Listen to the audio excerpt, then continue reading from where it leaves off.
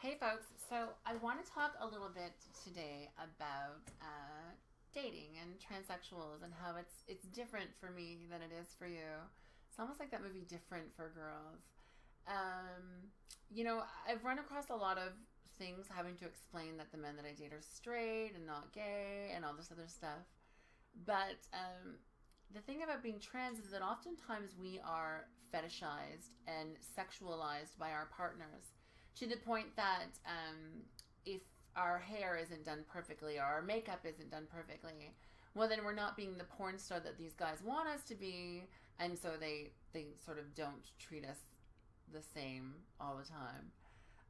But anyhow, recently I found out that a guy at school had a crush on me and added me on Facebook, and we started talking, and he seems really sweet. And the thing is that you know, I'm a very big fan of the whole don't shit where you eat.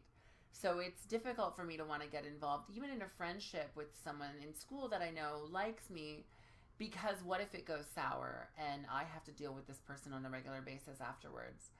Um, but I was like, you know what? I was like, I can be friends. I don't mind that. And then, he started talking about how he likes me. And I'm like, oh, that's really sweet. And then I finally asked him the question that I ask every guy that I talk to, and it was, why me? I ask every single guy this same question, and 99.9% of the time, the answer is, well, scratch, scratch. I've always had this like fantasy of being with a chick with a dick, and like you're really hot and passable, so I kind of like you. Oh my god, I sounded like Keanu Reeves there for a second. I'm so sorry. Well, he's Canadian, so it's not a bad thing.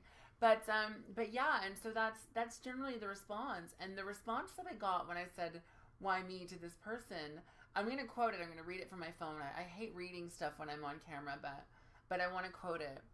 And the question was, okay, question, why me? And he says, some questions have no answer, and you don't always get to choose who you're into, or whatever. That's the heart's job. I have to say, in the many years that I've been dating. I started when I was 11. In the many years that I've been dating, I don't think anyone's ever answered that question so eloquently.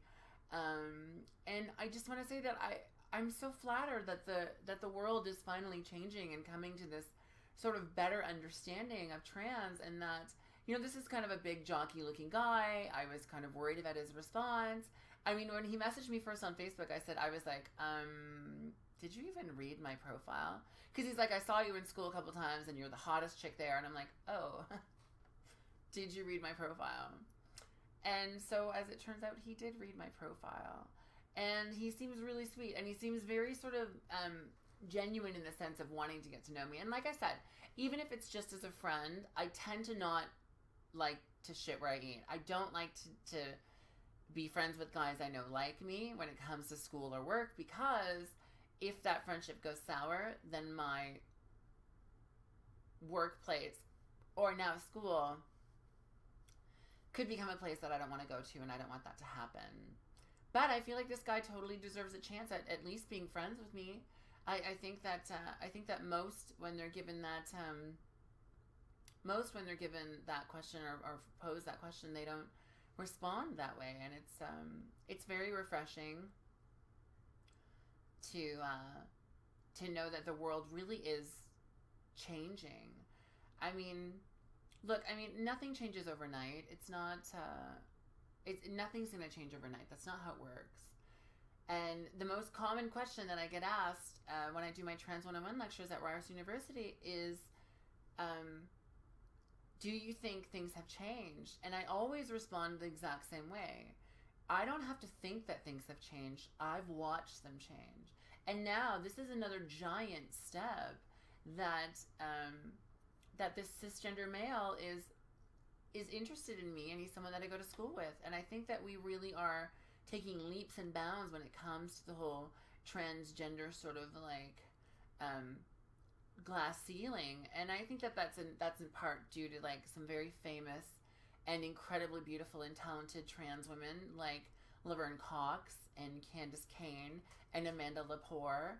And although Amanda Lepore has had SRS and she is now physically a woman, she's still trans and she still loves the trans label. So I mean, I look up to these people and I admire them, and it's because of them being the face of trans that things have really changed the way they have.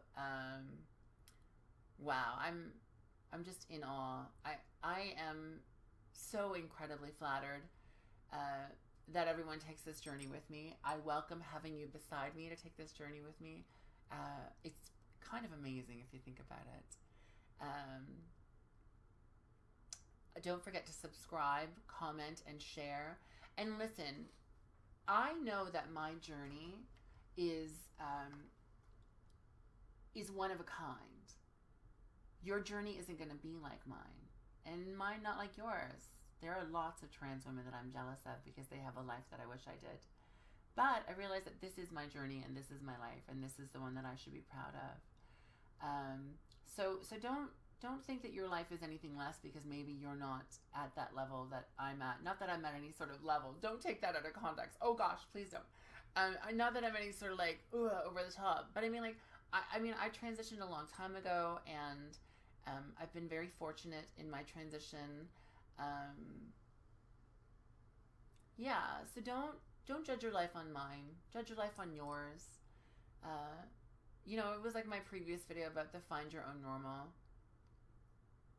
Find your path, find your journey, and follow it.